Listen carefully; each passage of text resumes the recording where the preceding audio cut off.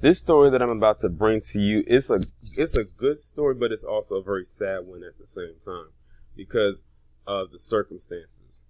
Um, this is right here shows you that black men tend to like to, save people or can be the heroes of a narrative, but let mainstream media tell it.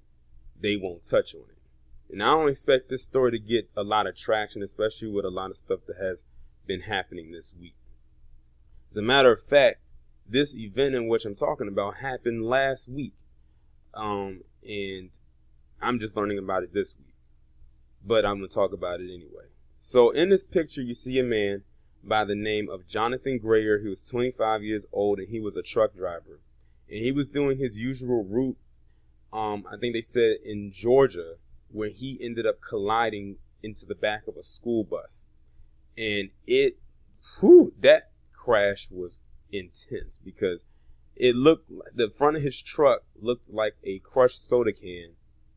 In the back of the bus looked also like a crushed soda can.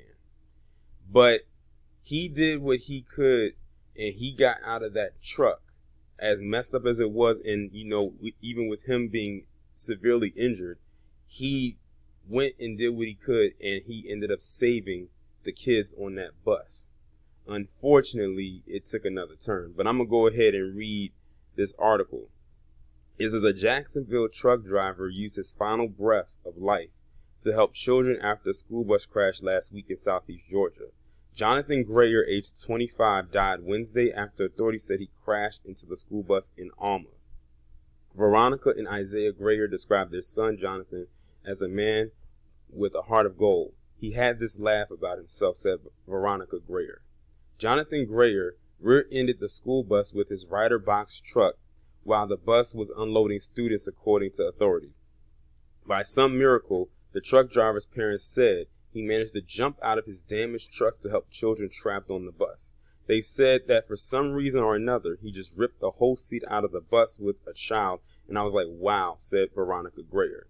In the midst of the chaos, Veronica Grayer said her son tried to calm the students. He told a little boy that they were going to get ice cream, and the parents said the little kid asked, "Where's the man that took me off the bus?" because we were supposed to go get ice cream. Wow. Eventually, Jonathan Grayer couldn't muster up any more strength. After it happened, he collapsed, and he was just done, like God saying, "You did what I said. You did what I wanted you to do," said Isaiah Grayer. Jonathan Grayer died at a hospital. According to the Georgia State Patrol, more than a dozen students were on the bus and 12 of them were taken to hospitals with non-life-threatening injuries. I also want to thank the Good Samaritan that stopped and sat there with my son until the paramedics got there. I want to thank him, said Veronica Grayer. Grayer's parents said his kind heart and his subconscious desire to help the children is what will keep them pushing forward. Grayer's family members said their thoughts and prayers go out to the students and their families who were on the bus. They are hoping the children who were injured have a speedy recovery. They also want to thank everyone for their prayers and condolences during this difficult time. This is a very sad story. Now to think about it, it's more sad than good, but it's good that even while this guy was fighting for his life, at the end of the day, he was being selfless and all he could think about was getting those. So he made a conscious decision and said, look, it's either I'm going to live and they're going to die, or I'm going to die and they're going to live. And he said, you know what? I'd rather sacrifice myself to save all of these kids who still have some growing up to do. And if I die, then it is what it is. But, it's sad to be put in those kind of predicaments because it's a very tough decision to make, especially at that moment. But he had to make a quick decision, and that's the decision that he went with. It's just very unfortunate because at 25, he still had living to do. Still, 25, that's, a quarter of a century. So he was very young in his own right.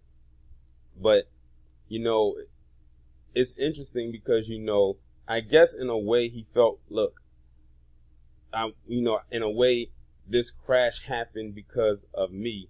And if I could help them, then maybe that's a way of saving my soul. I guess in his way, in his line of thinking, that's probably what it was. I'm not saying that's what it was, but that's what I'm gathering.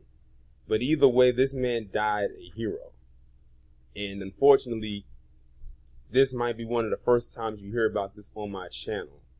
And, that's why I wish we had our own media so we could propel more stories like this. But I do offer my condolences to this man's family. You can definitely tell they raised a good son. And, this is something that they'll be able to talk about for years to come. How their son was a hero, and that's how he died. He died doing a good thing. He died doing a great thing. But I think the thing that got me was when he told that little boy that when we get out of here, I'm going to take you to go get ice cream. And then when he was off of the bus, the little boy asked for the man who was going to take him to get ice cream, not realizing that this guy was dying. But y'all let me know what y'all think down in the comments.